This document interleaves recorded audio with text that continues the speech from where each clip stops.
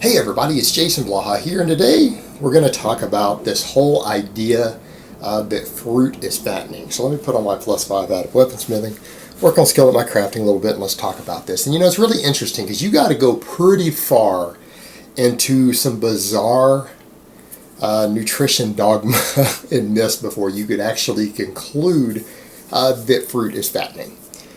Meaning there is zero evidence for this. And actually all the epidemiology and things out there show that cultures, and Alan Aragon loves to talk about this, that cultures that eat the most fruit actually tend to have relatively low body fats. Right? Meaning there's a very strong correlation when you go to different countries and cultures between fruit intake and leanness. So throwing that out there, in other words, cultures that eat large amounts of fruit don't have much obesity. And it's even further looked at when you take a lot of researchers and people who work in the obesity wards and the metabolic clinics. When they hear about this, I've heard many of them say, I have never met someone who was in the obesity clinic who was there because they ate too much fruit. I have not met a single one of them. Not a single one. Maybe eating too much cake, too many double bacon cheeseburgers, too many french fries, too many milkshakes, too many tacos, too much pizza, too much fried chicken. All right, that's what puts them there. Too much soda. They got people in there for that all day long. No one gets fat from eating fruit. And you need to look at that from an overall metabolic and nutritional perspective to understand why it's totally absurd. Besides the fact that it doesn't really happen that people don't get fat from eating fruit, we need to look at the breakdown of it. Now, some people will say, well, it's all calories in, calories out. Yes, to a large extent that's true. That's the biggest factor. Anyone who tells you calories in, calories out doesn't matter and isn't the largest contributing factor to weight gain and weight loss is lying to you. They're a con artist. They don't believe in science if they say that it's not the biggest factor.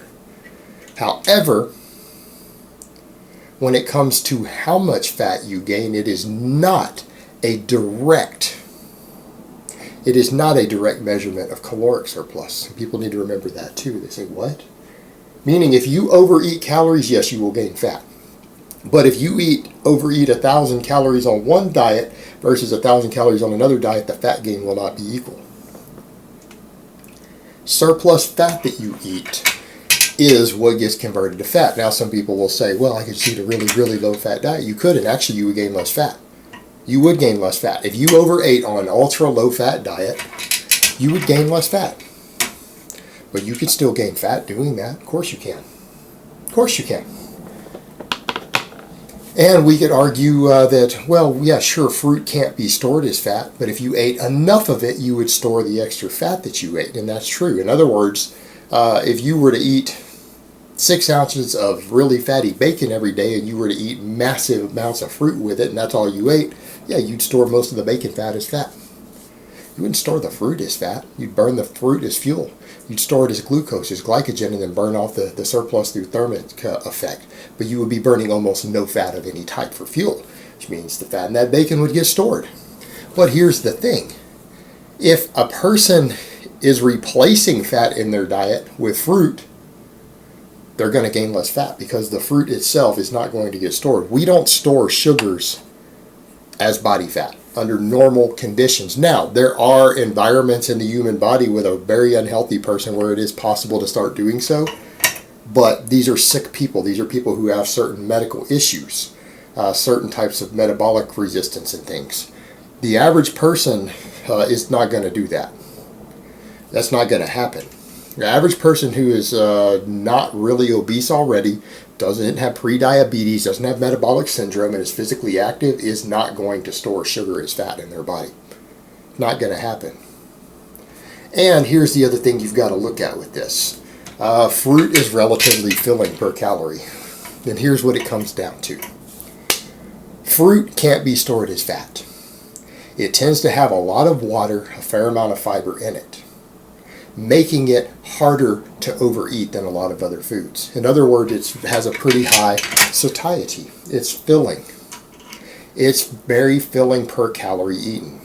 In other words, it's more difficult to overeat fruit than the majority of other foods out there. A lot of it, at least 50% of foods that we have available in America, probably 80% of foods we have available are easier to overeat than fruit. So if you're eating a lot of fruit, odds are you're going to overeat less calories than had you eaten something with that's more calorically dense, or particularly you ate something with a lot more fat in it. Go sit down and try to eat 3,000 calories of peanut butter versus 3,000 calories of watermelon.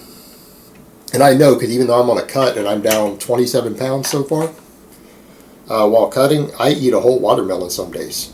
Whole watermelon has about 1,400, 1,500 calories. You'd have to eat 2 whole watermelons to hit 3,000 calories. You can get 1 jar of peanut butter with 3,000 calories in it. See the difference between fruit versus a really high-fat food? Big difference. You can get fat on peanut butter.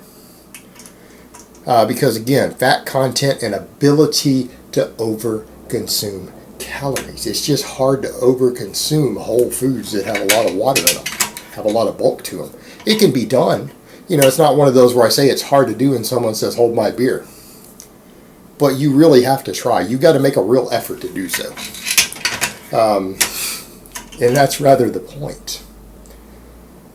In other words, people are concerned about a food that's relatively high on the satiety factor, can't be stored as fat, has a lot of nutritional benefits, and they actually get concerned that people are getting fat from eating this. Absolutely absurd.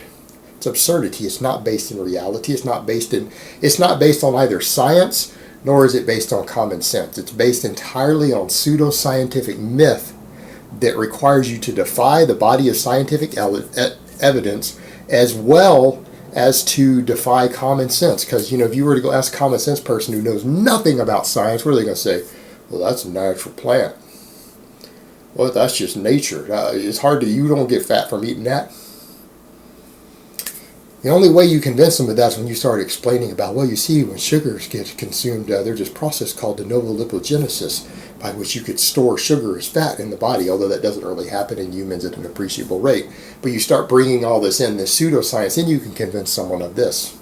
But you take the average layman with no common sense, or with no knowledge of this, with just some common sense and observation. They don't see fat people sitting around eating fruit all day. That's not what they see them eating. A little bit of just common sense from someone who doesn't know anything about nutrition could say, well, no, I don't think so. You take a scientist and a researcher who looks at it, they say no. The people who study populations, they'll say no. Only people who have these weird pseudoscientific ideas that are detached from common sense and observation and detached from the scientific world, both, to arrive at this conclusion. It's absurd. Absolutely absurd. And anyone out there telling you, well, don't eat fruit, you're going to get fat from doing that, it is actually a moron who literally knows nothing about nutritional science, and you need to run from that person. You need to put your fingers in your ears and run, because they are a complete idiot. Get away from them. Alright guys, but that's really all I have to say on that today. I hope it's been informative, and I will talk to you guys next time.